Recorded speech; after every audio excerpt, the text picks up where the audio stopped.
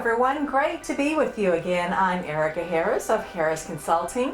And I'm Bonnie Riviere with Bmax Productions. Let's have a conversation. We have a great episode for you today. We are talking about women in business. To be more specific, women in the beauty business. Yes, and we are going to take a little road trip today and visit with a couple of the ladies in the beauty business and discuss what they had to do with COVID, how they adjusted and big adjustments for everybody. And Bonnie, I have some very interesting statistics. This was a study done by Vandiver. Did you know the U.S. has 12.3 million women-owned businesses? Wow. Yeah, that's amazing, right? Yes, that's a good number. U.S. women-owned businesses generate $1.8 trillion.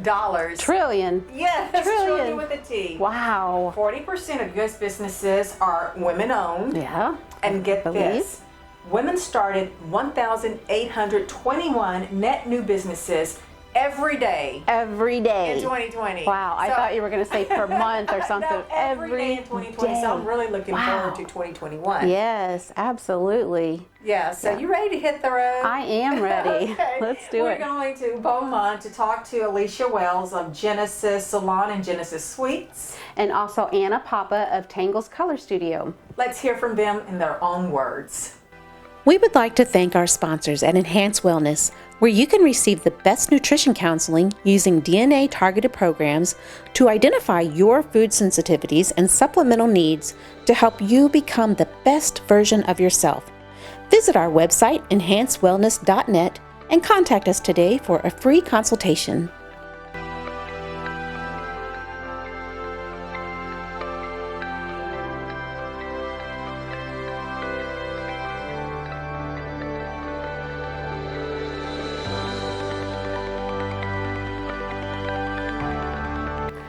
Well, the first step was just deciding that this is what I really wanted to do, coming right from beauty school. I did work with another stylist for about 10 years. And then after 10 years, I thought it was time for me to go out on my own. So I had to establish a name, establish a foundation as to how I wanted to structure the business, which I am a corporation, S-Corp. And found a building, named it, and then I got started. So I started with 3 stylists and a barber, which was my sister at the time, and we made it happen until 2009, where we moved to this location. And this location was double the space, and we made it work. So I added on 3 more stylists, and then we had COVID.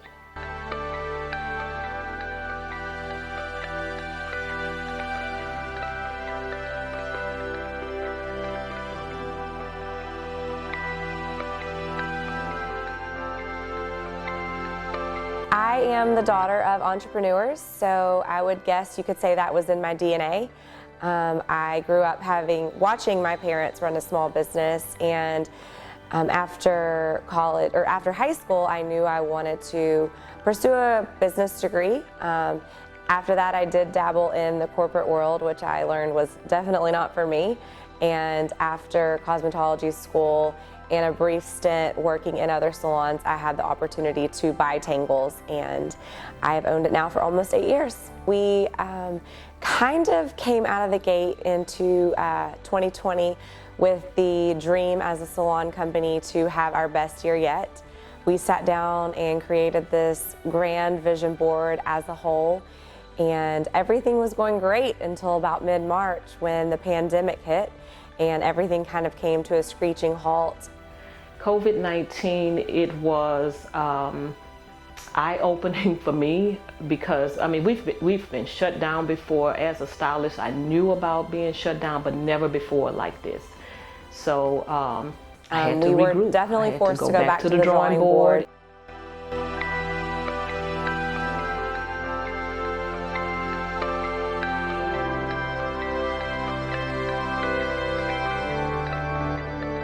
With the social distancing and having that amount of stylists here, it was going to be almost impossible for us to make it work.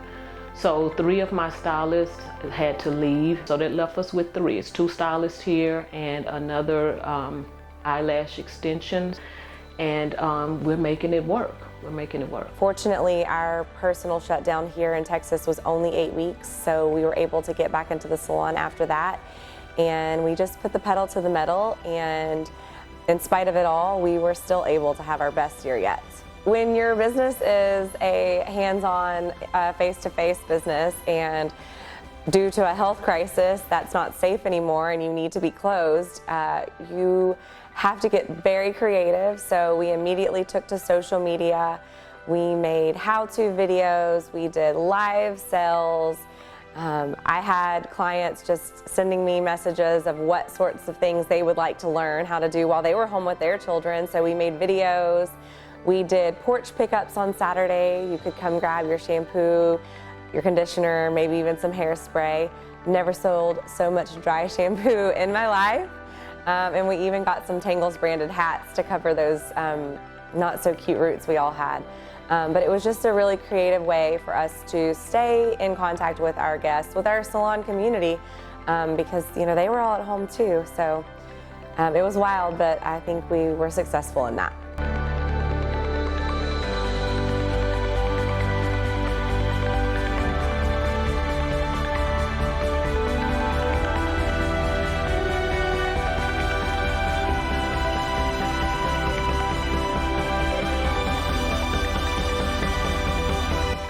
Well, it makes me feel great because I want to be a contributor of it, and I don't believe in just throwing in a towel just because of an adversity. I mean, I've had adversities all throughout my career, and we make it work. We women, we make it happen.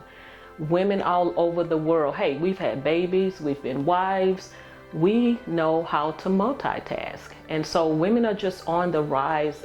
Doors are opening for us and we are walking through it. We're busting the door down.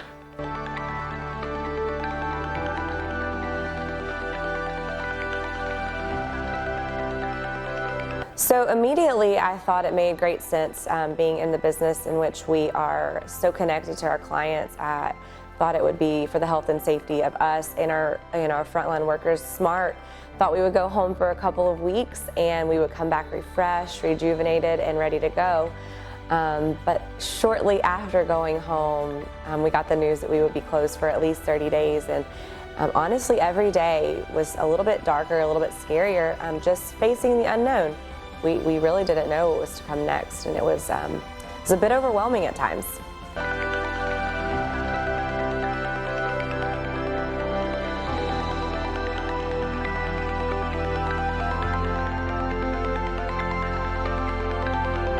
Wow, with COVID, March 23rd, how can I forget? We had to shut it down.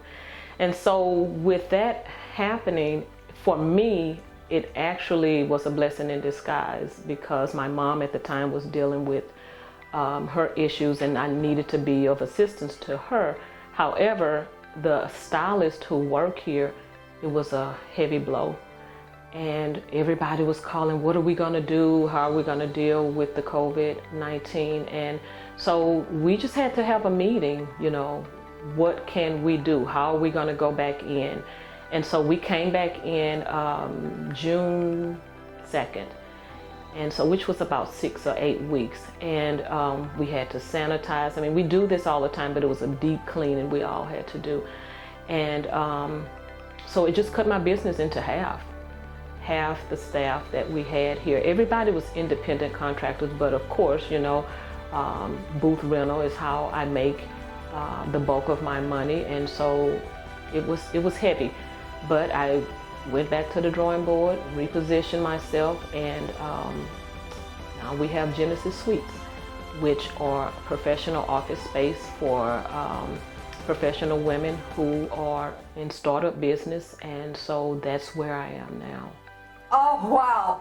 Amazing stories from Alesha and Anna. It really is what they had to do and how innovative they were to continue to even grow throughout a pandemic? What? And I love the way that they had the ideas to retool for the Yes. pandemic, Yes. to do something a little bit different, but to also to continue to generate business. Right. And then the phrase, they had to go back to the drawing board. That's right. And I sometimes mean, we have to do yes. that, even without a pandemic. Right. You know, Yes, we have to go back absolutely. and readjust our business plans. Yes. I mean, we can allow anything to shoot us down, or we can use it as an opportunity to grow. Oh, absolutely. Well, thank you so much for joining us for Let's Have a Conversation.